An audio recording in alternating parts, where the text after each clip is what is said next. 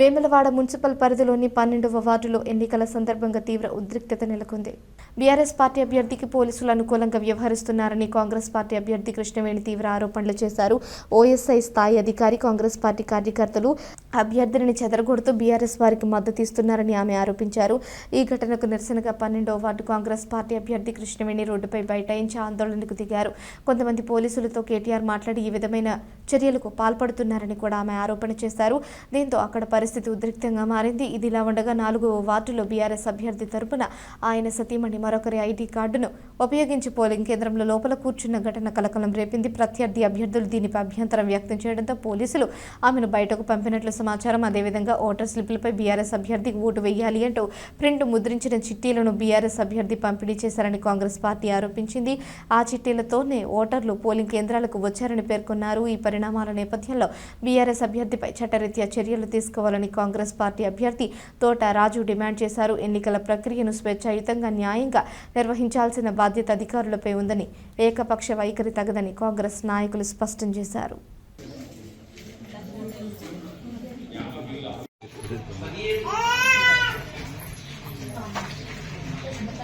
మీ పని మీద కానివ్వండి, రండి నిలబడి.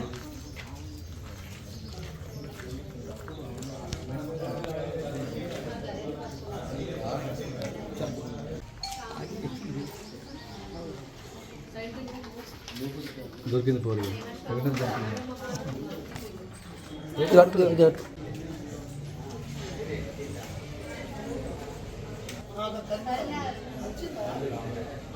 డెమోక్రసీ ఉందా లేదా ఈ దేశంలో?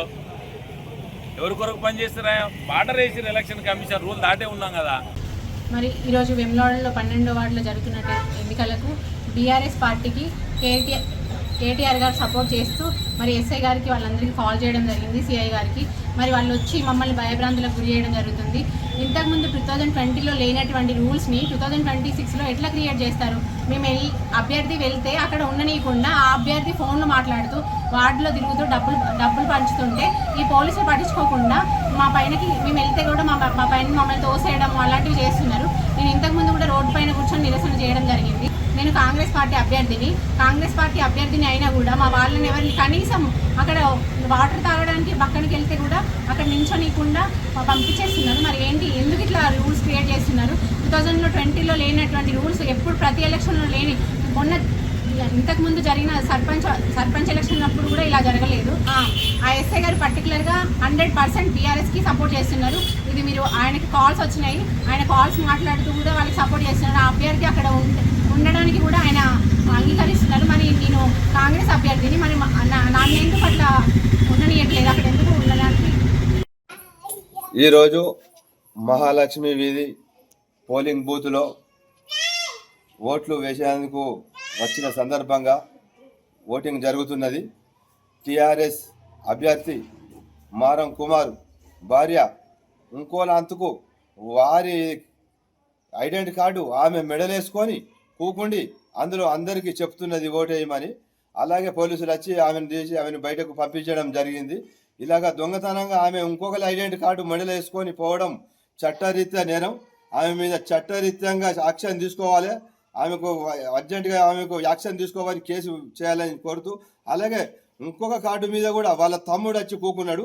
ఇది ఎంత దౌర్జన్యంగా చేస్తున్నారు ఒకసారి చూడండి. వాళ్ళ కుటుంబం వారి మీద యాక్షన్ తీసుకోవాల్సిందిగా కోరుతున్నాము. వేరే ఐడెంటిటీ కార్డు వాళ్ళు వేసుకొని పోలింగ్ బూత్లో అవి రిసిప్ట్లు పట్టుకొని రాసించుకుంటూ సైగలు చేసుకుంటూ అన్ని చేస్తున్నారు. ఇది తప్పు, చట్టరీత్యా నేరం అని ఖండిస్తున్నాం కాంగ్రెస్ పార్టీ తరఫున.